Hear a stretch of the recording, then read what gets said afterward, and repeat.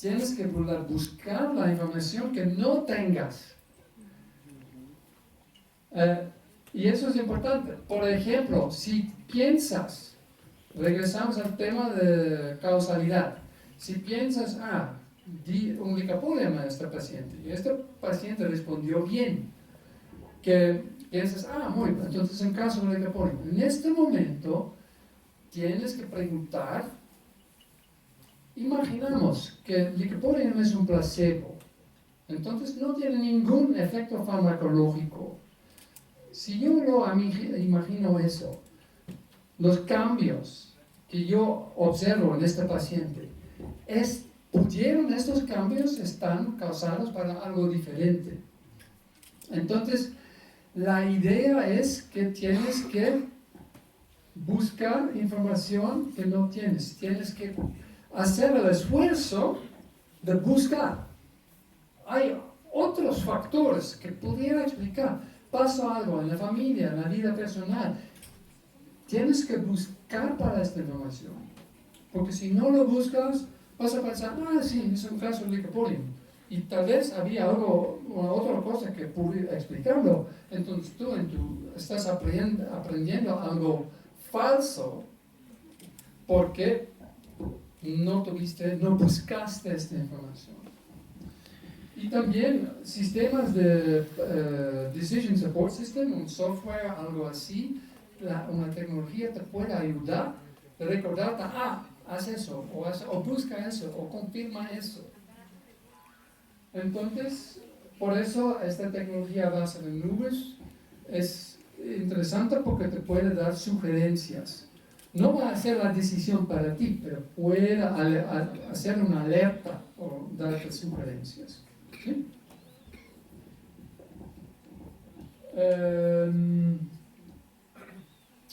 Ok, hay también otro heurístico, es un poquito más complicado. Vamos a seguir.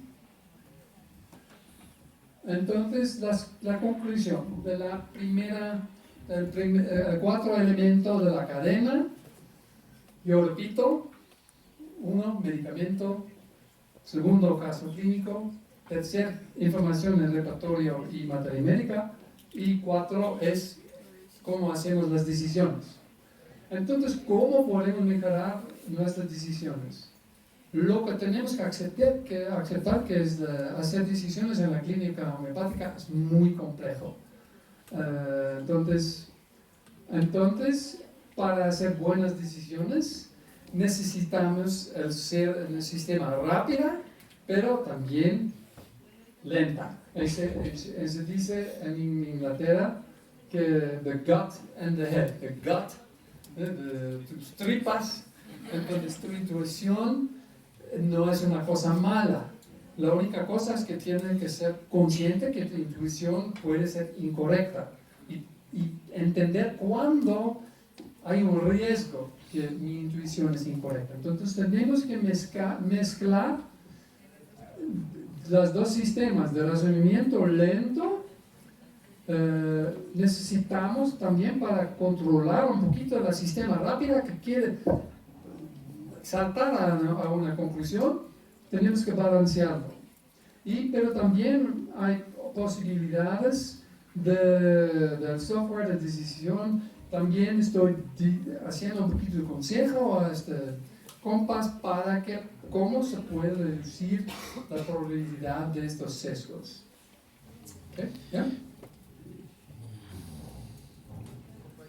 Muy bien, entonces, concluyendo, moviendo hacia Practice-Based Medicine.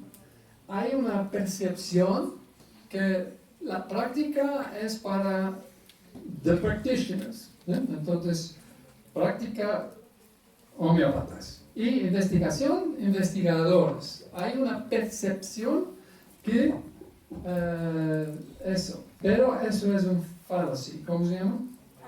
Falacia. Muy bien. Entonces, la ciencia quiere decir que necesitamos un pensamiento crítico. Pero este pensamiento crítico no es solamente para gente como yo, que ya estamos estudiando la estadística, aplicamos esto en los estudios. No, el pensamiento crítico también debe ser aplicada en la clínica diaria. Entonces, hay la posibilidad, si quieren, de mejorar la práctica, tus propias decisiones en tu clínica práctica y también la homeopatía en general. Por ejemplo, para participar hay colaboraciones entre homeopatas que, como Lex Rutten empezó con un grupo de doctores, de 5 o 6 doctores homeopáticas, y ya empezaron a coleccionar casos clínicos y analizar estadísticamente. Entonces, mi mensaje siempre es muy claro: pensamiento crítico no es solamente el área de los científicos. El pensamiento crítico es cada persona, cada doctor tiene que aplicarlo en la vida diaria y en la clínica diaria. Y eso es posible. Entonces, ¿cómo podemos remediar esa situación? En las universidades, de decir que es bueno de poner preguntas, de bueno de decir, yo pienso que estoy seguro de eso, pero ¿qué es el origen de esta creencia? ¿Cómo podría ser falso esta creencia? Entonces, de hacer preguntas, y cómo es relevante que tú haces en tu clínica diaria. Entonces, claro que sí, la enseñanza es muy importante. Cómo se puede analizar publicaciones, y por ejemplo, informes de casos clínicos es un muy buen modo para empezar, porque es algo muy cerca de la práctica clínica y puedes aplicar todos los herramientas del pensamiento crítico. ¿Sí?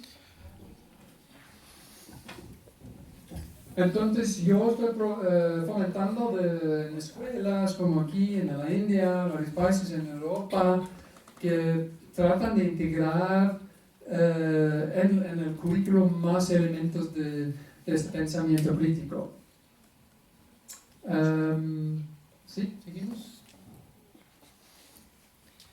Ok, entonces, ahora 10-15 minutos, terminar mi presentación. ¿Todavía toleran o ya están listos para comer?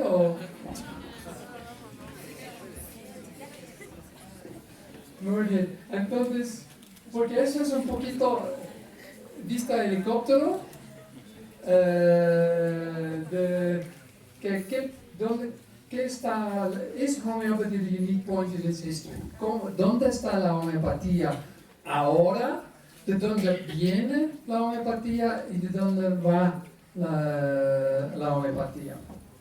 Entonces, son reflexiones personales, pero ojalá les da algo.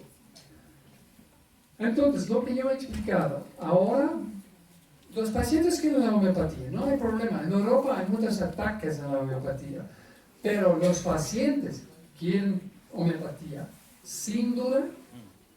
Hay millones de pacientes contentos, ninguna duda. Entonces, hay también varios factores.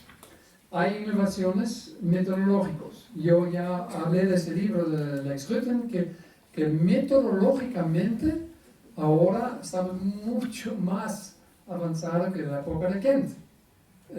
Y tenemos la tecnología y la metodología para mejorar la homeopatía, para validar la información en los laboratorios y en la maternidad, para mejorar el tratamiento diario de los pacientes, para subir el chance de encontrar el mínimo y subir el chance que vas a tener una buena respuesta. Entonces, porque tenemos innovaciones metodológicas, tenemos la revolución de Big Data, tenemos también lo que he tratado de explicar un poquitito, nada más tocar los sesgos de decisiones humanas. Entonces comprendemos mejor la irracionalidad del ser humano, al final. Entonces, eso en conjunto ofrezca muchas nuevas oportunidades para la homeopatía. Pero hay también ataques, también hay amenazas. Threats, amenaza, ¿eh? Entonces yo presenté eso en septiembre en el Congreso de Liga Médico-Roma Homeopática en Sorrento, en Italia. Y yo utilicé un poquito de esta metáfora, porque en Europa hay muchos ataques a la homeopatía. En la India no tanto, en México no tanto. El mundo latinoamericano todavía no tanto. Pero en Europa muchos ataques fuertes, viciosos, de organizaciones poderosas. Entonces yo utilicé un poquito esta metáfora. ¿Dónde estamos? Estamos en un crossroads, estamos en una, ¿cómo se llama? Un tenedor en la calle, ¿cómo? En una bifurcación. Bifurcación, sí, perfecto. Gracias. Entonces ya estamos en una bifurcación. Entonces primero tenemos que preguntar por qué hay la homeopatía casi 200 años, pero por qué ahora, en esta época, en este momento, en países como España, Francia, Alemania, el país de Ana, hay ataques que son tan viciosos, tan agresivos. Y una posible explicación es que la homeopatía, si observamos los datos científicos, los estudios randomizados, aleatorios, doble ciego, con control placebo, estos estudios son positivos y también los estudios randomizados no son inferior de los estudios randomizados de la medicina convencional. No, efectivamente, Shang, que publicó en el Lancet un estudio muy negativo para la homeopatía, compararon estudios convencionales con la homeopatía y él encontró que la calidad de los estudios randomizados de homeopáticas estaba mejor que la de la medicina convencional. Entonces, ok, ya tenemos la homeopatía. Del paradigma convencional no hay nada en un medicamento homeopático, pues, entonces no hay moléculas, por lo menos por arriba del C12, ¿eh? Entonces no hay moléculas, entonces el paradigma convencional es que no hay una molécula adentro, no puede ser, tiene que, por conclusión lógica es que tiene que ser un placebo. Pero, entonces, estos placebos, en estudios muy rigurosos, tienen resultados positivos. ¿Qué hacemos? ¿Qué podemos hacer? Entonces, hay dos conclusiones. Entonces, que medicinas ultramoleculares, por un mecanismo que todavía no nos comprendemos, tienen efectos específicos. Pero eso es un poquito complicado, porque el materialismo es un paradigma que es la fundación de toda la medicina, de toda la farmacología convencional. Este materialismo es una religión, es algo, como Thomas Kuhn dijo, que es un paradigma, es algo que es como religión, ¿eh?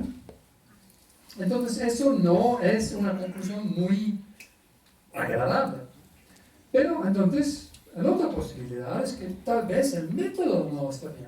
Tal vez el estudio randomizado, con control placebo, aleatorizado, tal vez la metodología, hay un problema que esta metodología, que por problemas en esta metodología que puede generar falsos positivos, ¿eh? Pero esa es una conclusión tampoco muy agradable, porque ¿qué es el base del sistema de patentes y medicamentos de toda la medicina convencional? ¿Qué es el base de la protección de patentes? El base de la protección de patentes es el estudio randomizado, con placebo, algo aleatorizado. Entonces, es la columna, pues la fundación de la protección de una industria de multibillón de dólares de la medicina. Entonces se llama vested interests, son los intereses establecidos. Entonces, Jos Kleinen estuvo un epidemiólogo holandés. Yo en esta época estaba estudiando en Holanda epidemiología. Entonces yo lo encontré Jos Kleinen, él publicó en el British Medical Journal. Porque él estuvo un científico que estaba muy crítico, no creía en la homeopatía, pero tenía la humildad de decir, yo personalmente, yo no lo creo, pero yo quiero ver los datos, yo quiero que da una abertura. Entonces él dijo, la cantidad de la evidencia positiva entre los mejores estudios estuvo una sorpresa, y a base de esta evidencia estaríamos preparados de aceptar que la homeopatía puede estar eficaz. Entonces el Lancet, como yo digo, ya el Shanghai para publicación, que la calidad de alta estaba en 21 de los 19% de los estudios de homeopáticos, es solamente el 8% de los medicamentos convencionales. Ok, entonces, segundo factor, en Europa, por ejemplo, porque la homeopatía es tan controversial. El mercado de medicamentos homeopáticos, como porcentaje de todas las ventas de medicamentos convencionales, homeopáticos, todo juntos, es 1%. Entonces, muy pequeño, muy poco. Pero, en Europa, estoy hablando de la sección del mercado, del market share, es mucho más alto. Por ejemplo, han hecho esa encuesta, 29% de la gente en Europa usan la homeopatía. Entonces, en Francia hicieron estas publicaciones de EPI3, son muy buenos estudios, interesantes, y cuando habían comparado clínicas convencionales con clínicas homeopáticas, y los pacientes tenían la opción por el sistema de salud de elegir, yo voy a elegir homeopática o medicina convencional. Hicieron una comparación y luego analizaban que de la mayoría grande había un resultado similar que el tratamiento convencional, estaban muy satisfechos,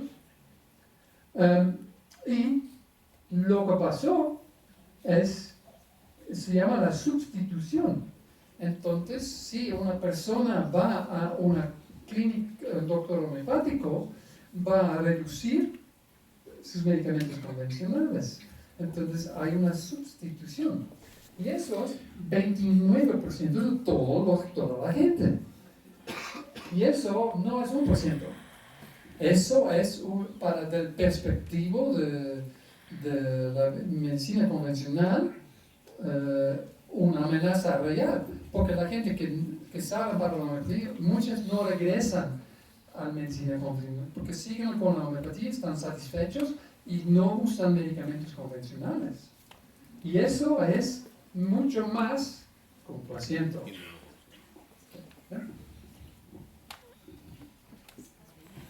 Entonces hablamos un poquito de homeopatía no está en los márgenes.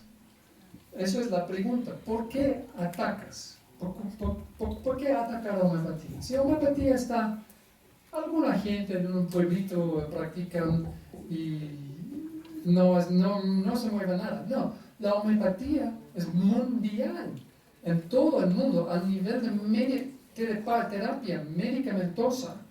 La homeopatía es el segundo a nivel mundial. Porque sí, claro que sí, la Ayurveda es muy grande en India, pero no es mundial. Y medicina tradicional china, sí, claro, es muy grande en China, pero no es mundial. La homeopatía es un sistema mundial. la homeopatía, al final, en el espíritu alemán, es un sistema empírico, científica. Entonces, y está mundial, y está creciendo. Entonces, no está más en los márgenes. Y yo, cuando publicaron este papel en Lancet, End of Homeopathy, del final de la homeopatía, cuando concluyeron la homeopatía placebo, yo hice un editorial de la revista, que yo estuve el editor, y yo dije The End of Homeopathy, Wishful Thinking. Y yo soy holandés, y hay un proverbio holandés que dice, High trees catch more wind. Árboles altos agarran más viento. Entonces, ¿ya? Entonces, de cierto modo, es lógico, porque la homeopatía está creciendo. Entonces, el papel, la posición de la homeopatía en la sociedad está subiendo. Entonces, de cierto modo, es lógico, ya notan más, y es también lógico que vas a tener más, agarrar más viento, metafóricamente. Entonces, ¿qué quieres un árbol fuerte? Que seguimos en la metáfora de un árbol. ¿Qué es un árbol fuerte? ¿Es un árbol rígido? No, porque un árbol fuerte es un árbol que se mueve en el viento, que va con el viento. Entonces, la conclusión es, en mi opinión, que la homeopatía tiene que adaptarse al viento, pero no podemos estar rígido. Ay, hace 200 años Hahnemann lo hizo así y tenemos que seguir así, sí. No, y solamente, ya, eso es un concepto rígido que es Hahnemann, que estaba una persona muy empírico, que está congelado en un concepto rígido, en un concepto dogmático. Entonces la homeopatía tiene que adaptarse, que moverse con el tiempo. Y tengo algunas reflexiones. ¿Sí? Necesitamos un idioma moderna.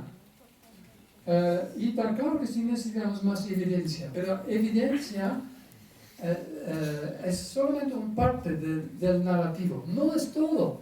Yo soy científico, claro que sí, yo prefiero el discurso científico, pero no, es solamente parte de todo. Por ejemplo, del idioma. ¿Ya seguimos? En la homeopatía usan mucho el concepto de miasmas. Miasmas, sí. Entonces, imagínate, una persona exterior de la homeopatía, no conoce mucho, está abierto. Dije, oh, miasmas, ¿qué es eso? Ok, yo voy a tapar Wikipedia. Del miasma, la teoría de la miasma es una teoría obsoleta que dijo que las enfermedades están causadas de un miasma, es una polución en griego. La teoría se abandonaron de científicos y doctores después de 1880. Y lo reemplazaban de la teoría de gérmenes, de bacterias. Entonces, ya estamos en el siglo XIX. Y los homeópatas hablan de eso, que es como diariamente. Entonces, eso es el problema, que a falta de innovación en la homeopatía. Y sí, los homeópatas lo han protegiendo a ellos mismos de quedar en una burbuja. Pero la homeopatía está creciendo en la sociedad y ahora ya llega el viento y los homeópatas ya están en su burbuja, muy bonita, sí, muy bonita la burbuja. El mundo, todo es muy bueno, pero así no. Entonces, estamos en agosto, Jessica también estaba invitada. Había un brainstorm session con un grupo de expertos de todo el mundo. Uno de esos temas estaba, ¿qué hacemos con esta cosa? ¿Cómo podemos reagir? Y una conclusión es que ya tendríamos que cambiar el narrativo de la homeopatía. Y un problema ahora es que con los ataques, muchos homeópatas, hay un ataque. Ok, tenemos que dirigir, ya vámonos. Okay, sí, pero... y eso, el metáforo para eso es que si estás en el ajedrez, pieza negra, siempre la pieza blanca le hace el movimiento y tú tienes que reaccionar a la pieza negra, a la pieza blanca, si estás en la pieza negra. Y eso pasa mucho en la homeopatía. El riesgo es como un terrorista. Un terrorista no tiene mucho poder, por eso hace cosas terroristas, porque él quiere provocar la reacción. Él un terrorista, una pieza de ajedrez muy débil, pero utilizan la irracionalidad de la gente humana, que van a reagir, haces algo terrorista, y la reacción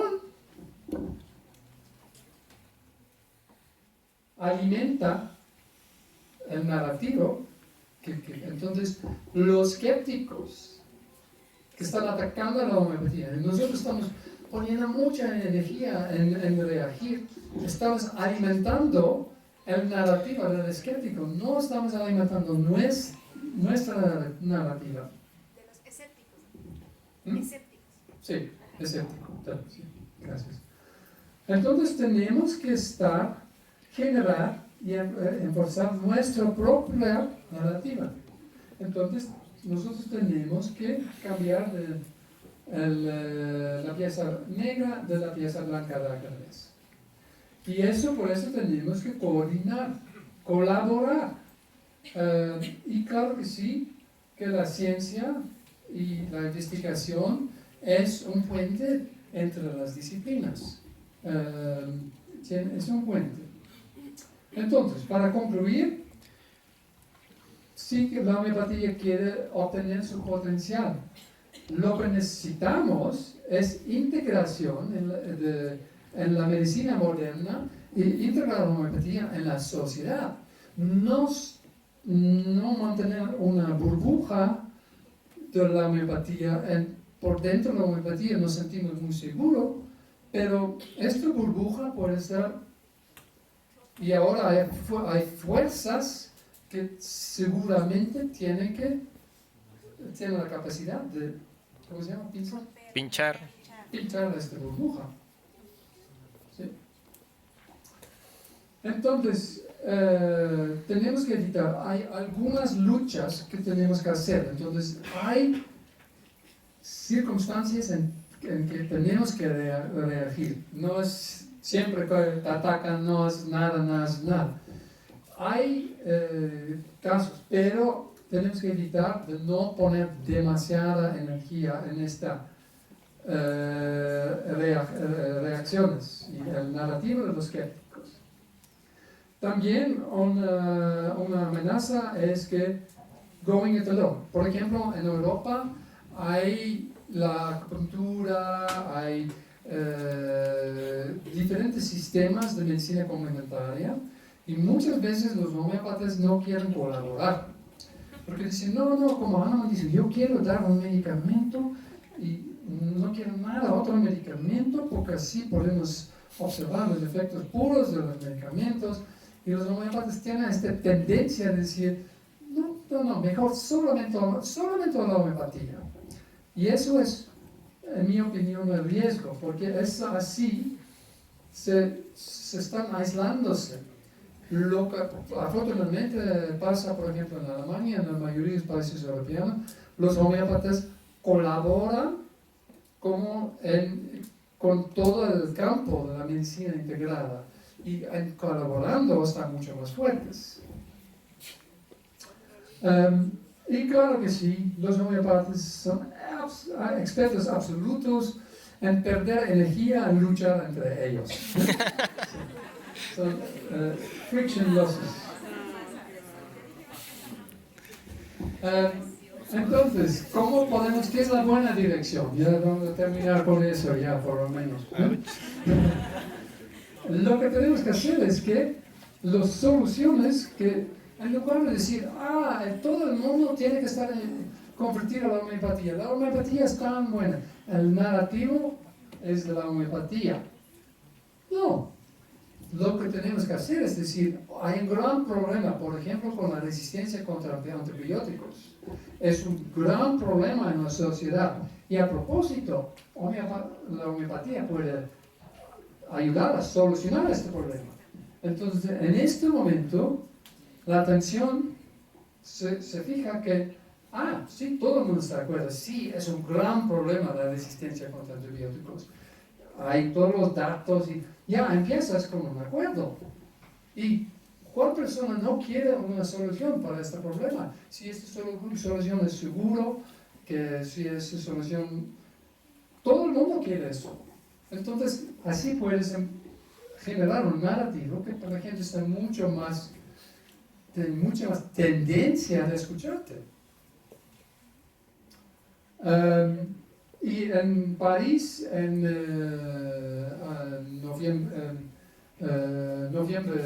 último noviembre del último año, había en París la Comisión de Homeopatía Europeana organizó todo un seminario sobre el tema de resistencia antimicrobial y la contribución de la homeopatía. Y los científicos vinieron de varios países, estuvo muy interesante. Y eso es generar nuestro narrativo. Claro que sí, tenemos que hablar el idioma de la ciencia moderna, entonces miasmas, no vamos a abrir ningún cuento. Tal vez entre homeópatas sirva algo. Y yo no estoy diciendo que los miasmas están mal, es otro el concepto. No me entiendo mal. Pero el idioma que estamos utilizando no es un idioma moderno. Entonces, crear nuestro propio narrativo. Entonces, tenemos que posicionar la homeopatía como un sistema de medicina a base de ciencia.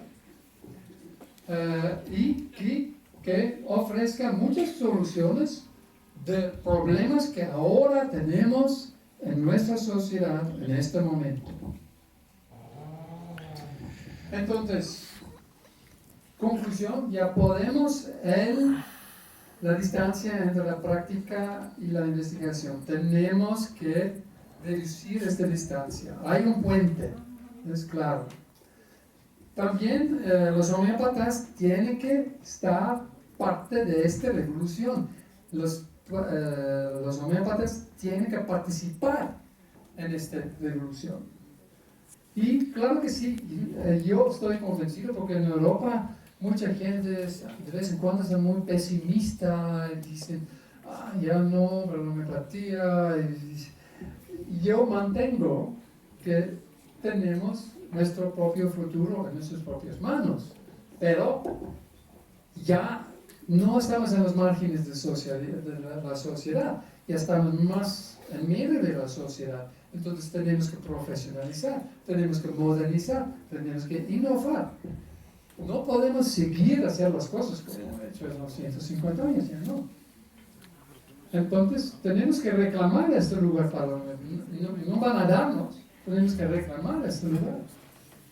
Claro que sí, necesitamos pensamiento crítico. Es muy importante porque a veces, sí, esta cultura del experto homeópata, medicina, base de eminencia, todavía es fuerte en la homeopatía. Y tenemos que colaborar, aunque tal vez tenemos diferencias. Entonces, necesitamos enfoque en lo que nos reúnen y no que nos dividen. Entonces, al final, ustedes, la escuela, yo pienso que pueden estar en parte muy, muy importante de crear este futuro para la homeopatía. Entonces, muchas gracias.